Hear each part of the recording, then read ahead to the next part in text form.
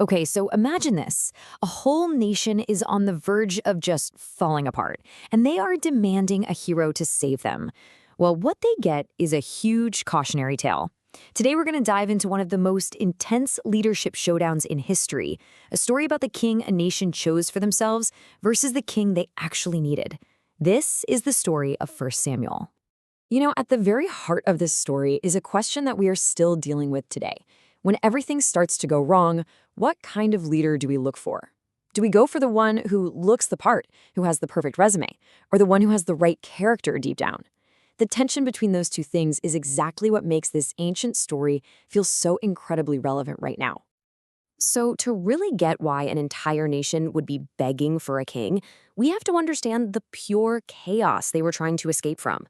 This was the tail end of the era of the Judges, a time the Bible sums up with this one chilling phrase: each man did what was right in his own eyes.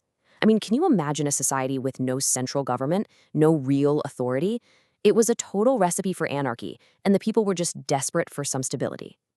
This whole story kicks off at a really critical time, back in the 11th century BC. Israel is at a major crossroads. They're moving away from being this scattered collection of tribes led by these temporary heroes called judges. And that cycle of apostasy you see there, it's basically this repeating pattern where the people turn away from God, things fall apart, and then a hero saves them.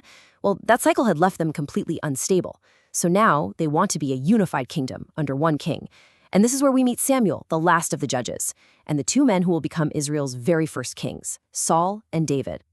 Before we even get to the kings, the story just lays all its cards on the table.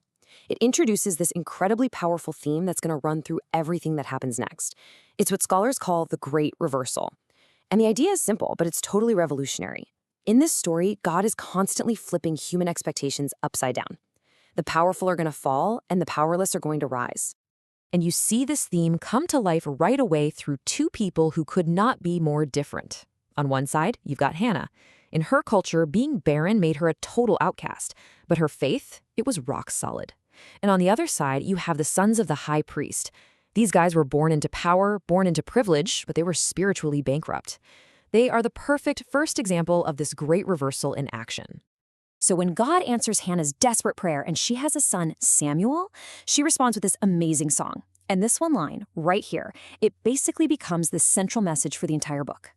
It's this bold declaration that the real power to raise up leaders or to bring them down doesn't rest with human ambition.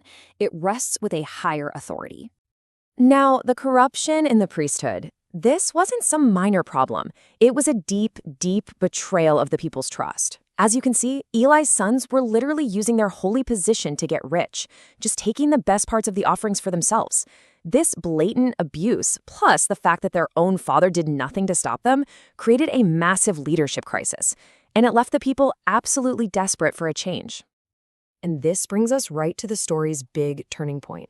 Samuel's getting old, and his own sons are just as corrupt as the last guys, so the people panic. They get scared about the future, they look at all the nations around them with their powerful kings and their big armies, and they think, yeah, we want one of those.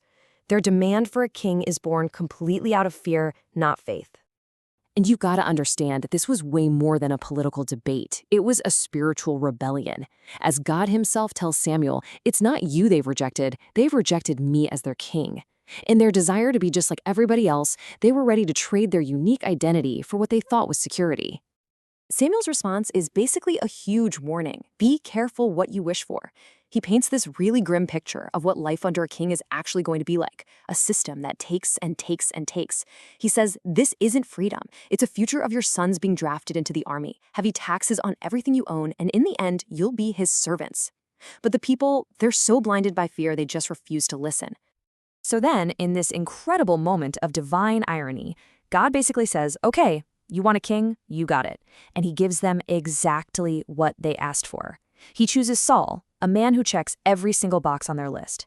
He's tall, he's handsome, he comes from a good family. He is the poster child for what a king should look like. But as we're about to find out, looks can be pretty deceiving.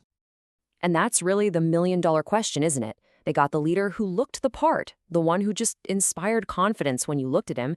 But was he the leader who had what it takes to get them through the real challenges ahead? Well, let's find out. So Saul's reign starts off with a lot of promise, but it doesn't take long at all before his character gets put to the test. And it's in two key moments of crisis that the cracks in his leadership start to show, and they reveal the fatal flaw in the people's choice. Saul's first big test comes on the battlefield, against the Philistines. He has one clear instruction: wait for Samuel to show up and offer a sacrifice. But as the enemy army gets bigger and his own men start deserting him, Saul panics. He takes matters into his own hands, steps into a role that wasn't his, and performs the sacrifice himself. It was a classic act of fear-driven disobedience. And the fallout from that decision, it is swift and it is devastating. Samuel arrives and just delivers this crushing verdict. Because of this one act of disobedience, Saul's family will never have a dynasty. His fear just cost him not only a battle, but the entire future of his kingdom. You'd think Saul would have learned from his mistake, but his next failure is somehow even more revealing. He gets a direct command from God: go and utterly destroy the enemy Amalekites. A harsh command, but a clear one. But Saul decides to go with what we might call selective obedience. He wins the battle, but he spares the enemy king and keeps all the best loot for himself, a clear, direct act of defiance. So when Samuel confronts him, Saul tries to kind of spiritualize his disobedience. He says, "Oh, I saved the best animals so we could sacrifice them to God." But Samuel's response is one of the most powerful lines in the entire story, a timeless truth. God wants obedience from the heart way more than he wants empty religious ceremonies. And then, finally, the truth comes out. Saul's confession reveals the absolute root of his failure. I was afraid of the people, and I listened to them. In both of these critical moments, his decisions weren't driven by honoring God. They were driven by a fear of losing his approval rating. And for a leader, that is a fatal weakness. Saul's downfall completely sets the stage for the story's final and most important reversal. The king chosen by the people has failed spectacularly. So now, God is going to select a new king, but this time not based on human criteria, but on a totally different standard. Let's just quickly remember how Saul got the job. He was the people's choice, right? Picked because he was tall, handsome, and came from a good family. It was a decision based 100% on how he looked on the outside. Now, contrast that with God's choice. He sends Samuel to this tiny little town, to the house of a guy named Jesse. One by one, Jesse's strong, impressive older sons are brought out, and one by one, God says, nope, not him. The chosen one turns out to be the youngest, David, a shepherd boy who was considered so unimportant he wasn't even invited to the ceremony in the first place. And this moment right here gives us the story's most important lesson, a direct contrast between human values and divine values. While we as people are so often impressed by what we see on the outside, strength, charisma, a great resume, God is looking at something much, much deeper. He's looking at the condition of the heart. So what are the big lessons we can pull from this ancient story? Well, first, that this great reversal thing is a consistent pattern. God lifts up the humble and brings down the proud. Second, that real leadership is about character, not charisma. It's about inner obedience, not outer appearance. And finally, that any leader who is more afraid of people than they are of God is heading straight for failure. And so, this ancient story leaves all of us with a challenge.